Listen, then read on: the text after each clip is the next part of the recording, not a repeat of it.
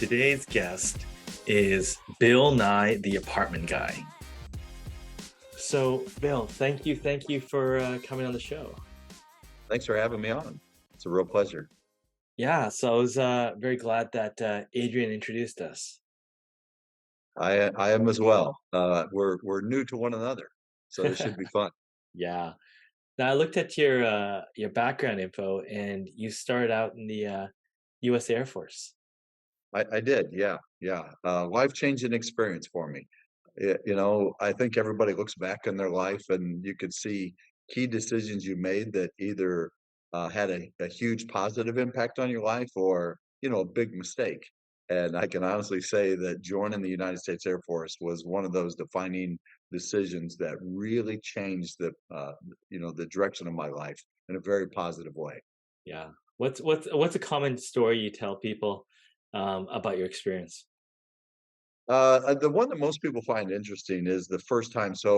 I was a crew member on a C-141 Starlifter, which is a four-engine cargo jet, great airplane.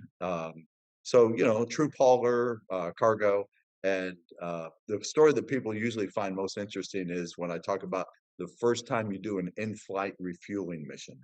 And you're cruising at 30,000 feet, 400 knots. You slow down from 600 knots to 400 knots, and this huge KC-135 comes flying over your head and right in front of you, and there's the boom operator looking at you, and he waves. And to be doing that at that altitude, at that speed, with two such huge planes, I mean, it's just an incredible experience, and you just feel this adrenaline running through your body. It's like, holy cow, this is something out of a movie, and I'm actually doing this. This is real. So, Yeah. it's just a really cool experience. Yeah, I mean, how do you describe the difficulty of that? Other, for a regular person. Like I remember someone talking about like landing on an aircraft carrier, like the size of a, Yeah, for them a size of a postage stamp, right? right, Well, it's right, moving up and down, so right. Yeah, yeah. Well, you know, cornhole's a very common game, played here in the South where I live. And people find cornhole to be somewhat challenging. You're trying to throw that bag into a hole 3, 4 times the size of the bag on a board that's stationary. And so what I always tell people is you're trying to get a boom to go into a hole the size of that hole while both aircraft are moving. So imagine putting the cornhole board on a moving platform where it's rocking left and right, up and down, and you're still trying to get that beanbag into that hole. People would say, "Well, that's impossible." Well, it's not, because we did it every day. At, like I said, at 30,000 feet. So that's the best way I could describe the difficulty of that. yeah, I can picture that. That's a great description. Now you mentioned some of the mistakes, some mistakes, right? The Air Force was not a mistake. What's a mistake you willing to share? Oh boy, there have been so many. I know the feeling. Fortunately, I can look back at my life and say that I didn't make a lot of um, big professional mistakes. Made some personal mistakes that everybody makes. But I honestly, I think in my career, because I travel around the country and sometimes outside of the United States, speaking, and I had to learn very quickly kind of where the line was in terms of humor with the audience. And I can honestly say that in the beginning, I shared some stories and some jokes that I thought would play well with the audience. It didn't. And, what's really funny is one of the things I learned is that there's a big difference between what a man can say that's viewed as funny versus what a woman can say. And I've heard some women professional speakers tell some stories. I thought, well, that was and I'm not, by any means, I'm not a vulgar person. I don't curse. I'm a very clean person. I lived my life that way. I was raised a Quaker, which my daughter, when I shared that with my daughter when she was a little girl, she was like, Quaker, what is that? And I said, well, it's a really antiquated, kind of archaic religion, but we make the best oatmeal you'll ever have. And my daughter was 8 at the time. She didn't get the Quaker Oats reference. I wasted a good joke on her. But my point is that I made some mistakes very early on by telling some jokes I thought the audience had thought was funny, and they found offensive. And I will tell you, as a speaker, the worst thing you can do is to be offensive. That's like the cardinal sin. When you're offensive to your audience, there's no coming back with that audience. You learn from it, and you're like, that didn't play the way I'd hoped.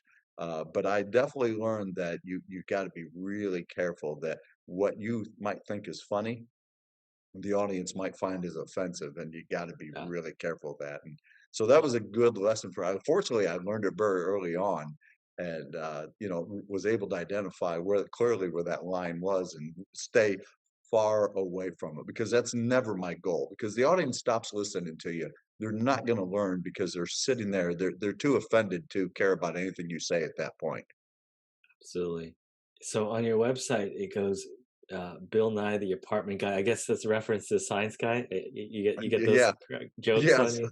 So it's funny because for years, when I would speak to apartment associations and multifamily, management companies all over the country, they would always introduce me as not Bill Nye the science guy, but Bill Nye the apartment guy, because that's kind of how I made my living professionally, and still do today.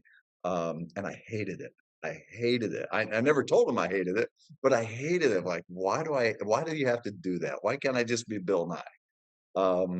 And so, 13 years or so ago, no, more than that, I guess 15 years ago, I had an opportunity to become the CEO of a property management development company. And so I continue to speak, but on a much more scaled down basis, where I used to just do that full time. And so anyhow, 5 months ago, I relaunched my speaking career full time. I helped navigate a management company from self-managing to a large national third-party management company. It was the right move and the right decision. And so once that was done, there was nothing left for me to do. And so I decided, it's time to go back to speaking and training full time.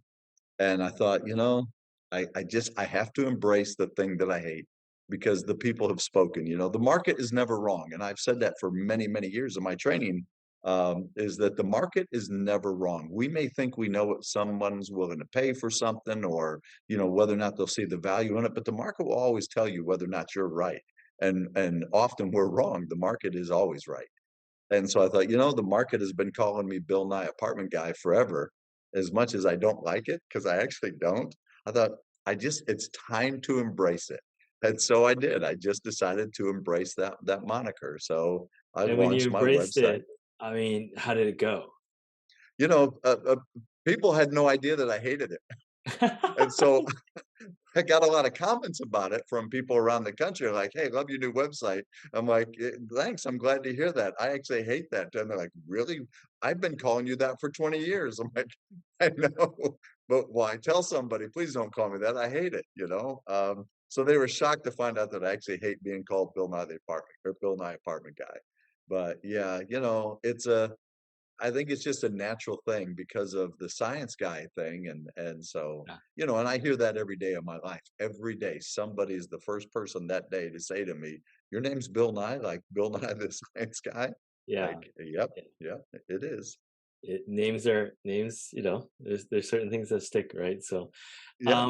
you mentioned something about the transition that you were doing with the organization. I assuming that's the one you were the CEO of. Walk me through that because I'm not familiar with the transition that you're referring to. Yeah, so no, it was actually a different company. So I moved to Texas 2 years ago, and, so I became the COO of this company. It's a small, I say small, smaller than what I was accustomed to, 20 some communities, about 5,000 units. The CEO was actually, someone that I've known for years. I actually taught his certified apartment manager designation, course here in Houston probably 14, 15 years ago. And so I joined the organization as their COO, and we had struggles that I felt were very unique to the company. And I can, one of the things I've always tried to do is understand where we are in this current time in terms of the economy, the market, the employment market, all of that. And we were constantly struggling with some of those key positions within the organization: marketing, accounting, training. um, and HR, and we just could not attract top talent for those positions. And as a result, the properties were suffering.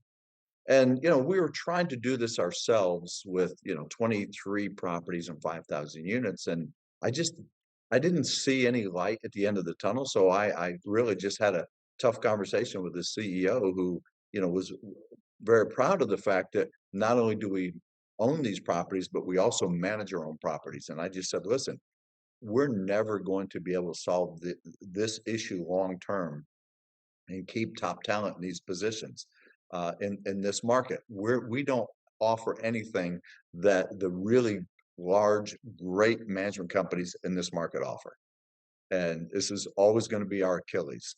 If we go third party with a big company, they're going to have all these solutions in house. It will no longer be the Achilles, and we owe it to the investors to make these tough decisions. And that's what I told him. This is all about the investors, because I think if you go this route, I think this is doing the right thing by the investors. And he chewed on it for a while. He actually said, "Wow, you threw a bucket of cold water on me," because it's not what he wanted to hear. Yeah. But, I felt like that was the right message to relay. And so Yeah. after thinking about it and talking to some folks that he respects around the country, he came back and said, "You're right. This is the direction we're going to go." And I knew when we had that conversation, that meant that there'd be no place for me, and I even told him that I am firing myself by having this conversation. But, I Why? think that's part of Yeah. leadership, is that it can't be about you. It has to be about what's best for the organization, what's best for the customer. Yeah. And I knew I'd be okay. I wasn't worried, and I knew the on-site employees would be okay, because whoever managed those properties would need them. They would be absorbed into that organization, and that's exactly what happened. Yeah. No, that's good. I mean, it takes courage to put something out there that sort of um pulls yourself out of the process. So that's wonderful. So walk me through, and I know you talk about you're working on a book or a project on intentional culture. So Yeah. walk me through that. Yeah, so I'm really excited about this and can't wait. I'm hoping by June to have this ready to be published. It's been a long process, because I don't want it to just be, about my opinions. I want it to be very research based, so when people say, "What kind of speaker are you?" I always say I'm an illustrator. I make my point through stories. And so, the book is going to be filled with lots of interesting stories. So the idea, the premise behind the book, Intentional Culture, is that one of the things I've learned as I travel around the country and I talk to business leaders and owners, and I ask them about their organization, and I get the same answer over and over, which is, we're proud of our culture. We have a unique culture. Well, everybody has a culture, and every company has a unique culture. There's nothing unique about having a culture. But I've learned, what people don't realize is that they don't understand that culture happens regardless of what you do or don't do. And I use the example of, if you were to go out into your yard and you were to take a shovel and you were to dig up the grass and work up the dirt and then walk away and leave it, eventually you'll no longer have a bare spot in your yard. Something will grow there, but it will never be what you want. You're not going to walk out in your backyard one day and say, "Holy cow, look, blueberries grew in our yard," or sweet corn or tomatoes. No, it's going to be weeds. And that's culture. If you're not intentional about building a culture, you're still going to build a culture. It's just not going to be the culture that you want. And so intentional culture is about how to do just that, to be intentional, to actually, if, I grew up on a farm, and my dad looked at a piece of ground and he said, "We're going to grow corn on that piece of ground." So we were intentional about growing corn. And guess what we grew? We grew corn. So one of the analogies I often make is, business is like cooking and baking. Every great outcome requires a recipe, and every recipe requires two things: the right ingredients and the right amount of the right ingredients. So if I have a recipe that calls for a teaspoon of salt and I put a cup of salt in that, I've ruined the recipe. It says salt, but I've used too much salt or too little salt. And I always tell people, if you follow a recipe for German chocolate cake and you open the oven, you're going to pull out a German chocolate cake. You're not going to pull out a meatloaf. You're going to get the results that you're intentionally trying to get. And so that's the idea behind the book, is how to be intentional to get the outcome that you want. So that when you open the oven, you get exactly what you want, and it's amazing. Because here's the thing, everybody is talking about culture and everybody's paying attention to culture. But what they're really saying is, I'm paying attention to the experience, right? Because that's what culture delivers. It delivers an experience for both the customer and for the team, for the employee.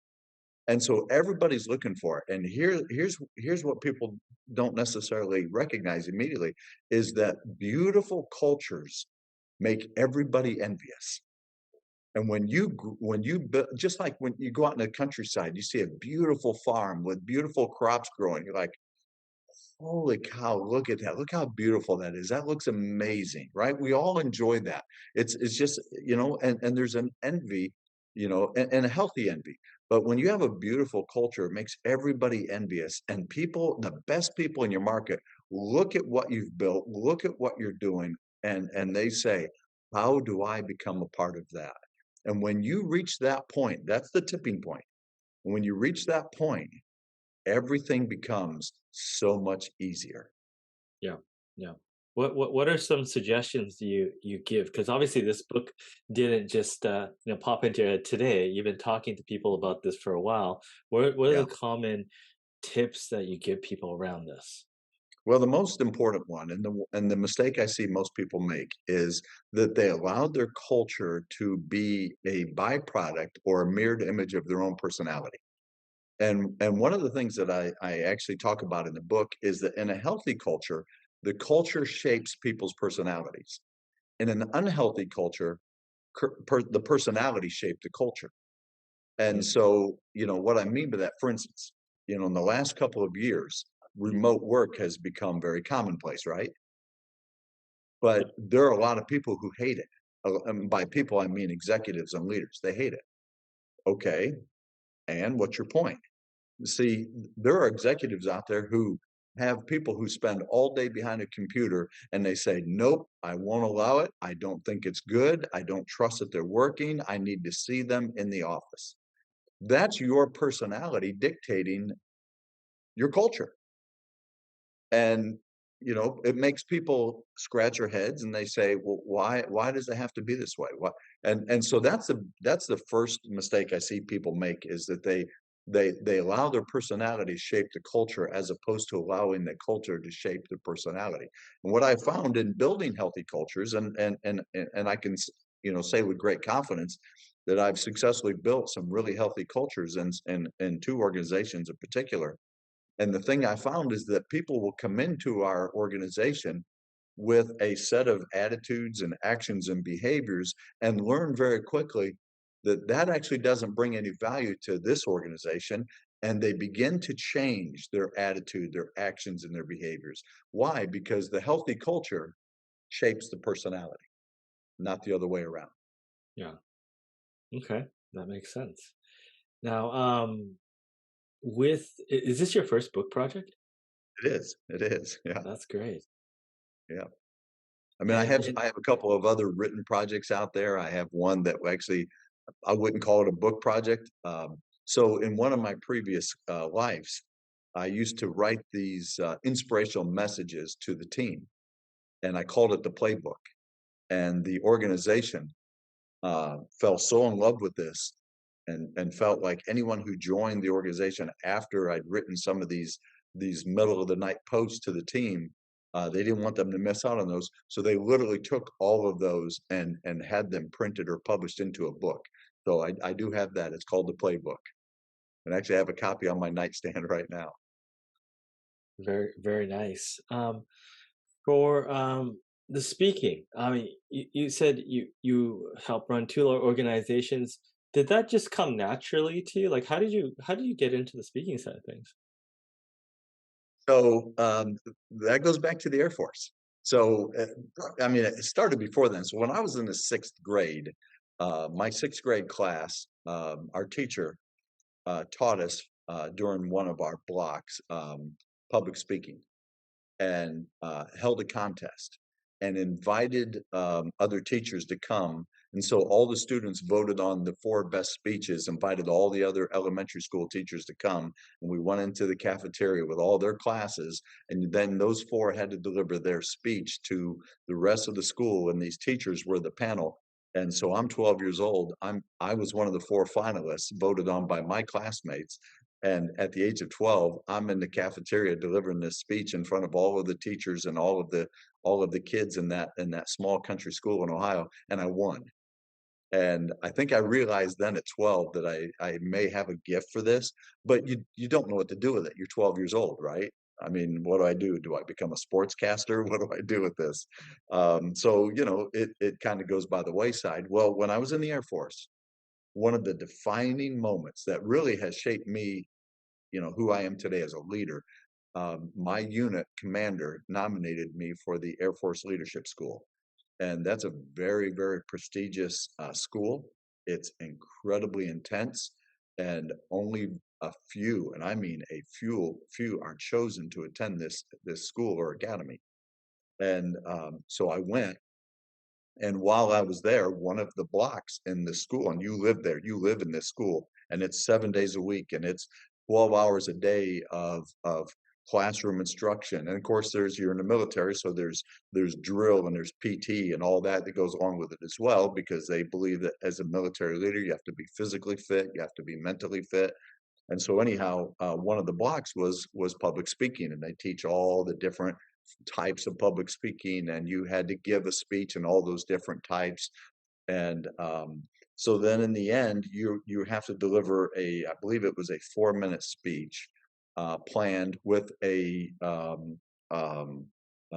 visual aid. And the class, just like when I was in sixth grade, the class then voted on the four best. And they brought a panel of officers in. Then we had to re-deliver that speech to this panel of officers. And at graduation, they recognized the person who delivered the best speech, and that person then had to get up and give the speech at graduation. Well, I won. And so then I'm delivering that 4 minute speech at my graduation, and the PACAF, Pacific Air Force Commander, Major General Robert Johnson, was in the audience. He came for our graduation because it was such a big event. And he came up to me, introduced himself to me at the graduation, and said, "That was the most inspirational speech I think I've ever heard in my life." And so he got me released from my regular duties, and the Air Force flew me around the Pacific Theater delivering that speech to every officer in the Pacific Theater. And that's really what kind of got the speaking fire going in my belly. And you know, it took years for me to kind of get back to that because I had a military career to finish. Um, and I thought I could satisfy that through public school, teaching public school. That didn't do the trick. That was actually an awful experience. But going through business, you know, then working in business and kind of working my way through, you know, or up the ranks. Um, I just one day I said, you know what, I think this is something I want to try. So I resigned my position as the CEO after 8 years with the company, became a full time professional speaker. And of course, nobody would hire me because nobody will hire a guy who has no resume. No event planner wants to take a risk on a guy who can't say, yeah, I spoke here, here, here, and here. Because the event planner knows if they hire me and I'm terrible, the next event they try to sell, nobody buys a ticket. And so it was, I would say it was 3 years of starving, kinda like trying to break into, you know, theater or as a musician or acting. You know, you just gotta tough it out, tough it out, tough it out. And so, you know, I tell people I spoke in broom closets for free for a couple of years before people were finally willing to write a check to hear what I had to say. So Yeah, it was a tough field to break into, but, well worth it. wonderful. You mentioned earlier about your roles, your operating roles, and having to understand trends and stuff like that. How do you approach that? How do I approach the trends? Yeah, you were or talking about, with the properties and stuff, you had to yeah, stay close to trends and yeah. how you do that. I'm sure that that was a daily thing to try to figure that out. How did you do that, or what was your thought process around that? Yeah, it was for me because, first of all, I always try to look at what becomes successful and what fails, and why. For instance, I've often talked about Kodak and how, when we were kids, every holiday was referred to as a Kodak moment. And that's because, that's where everybody was at grandma and grandpa's house and all the cousins and grandma had this little box and she would click a picture and scroll a wheel and then she would take that box and give it to some 15-year-old in a little shack in a supermarket parking lot and wait a week to get her prints back. And what people don't realize is that Kodak invented digital photography technology. And the leaders at Kodak said, nobody's going to want this. People want to hold their pictures in their hands. And so Kodak sold the very technology that basically put them out of business. And so, I always look at what works and what doesn't. Steve Jobs made one of the most brilliant comments I think I've ever heard. And that is, people don't know what they want until we tell them. And when I really conceptualized that, I thought, huh, I didn't know that I wanted all the things in my phone until I saw somebody like, what is that? What do you do?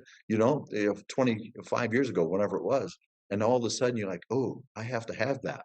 Right. And that's how things catch on. And that's how you start to get, market saturation. And so honestly, I go to work every day with a very simple concept. And that is this: my title and position doesn't make me right. And I think that's what keeps companies from, understanding trends and what's important to the consumer, is that they think their title and position makes them right. And I always took the exact opposite approach, that my title and position doesn't make me right. It might make me highly paid, but it doesn't make me right. And so if I go into every meeting and every conversation with the humility that I don't know anything about this, then I'm an open book. And as people are saying, "Have you heard about this? Have you seen this? Have you tried this? Have you thought about this?" It just I think it puts you in a position where, you're willing to do things that other people talk about doing, but they're never actually willing to do. And I hope that makes sense. Yeah, it does. Is there anything that I did not ask you but you wanted to share before we close this off? No, I don't think so. I hope as people are watching this and listening to this that that their wheels are turning. I'm not the guy who tries to tell people what to do. I'm a farmer.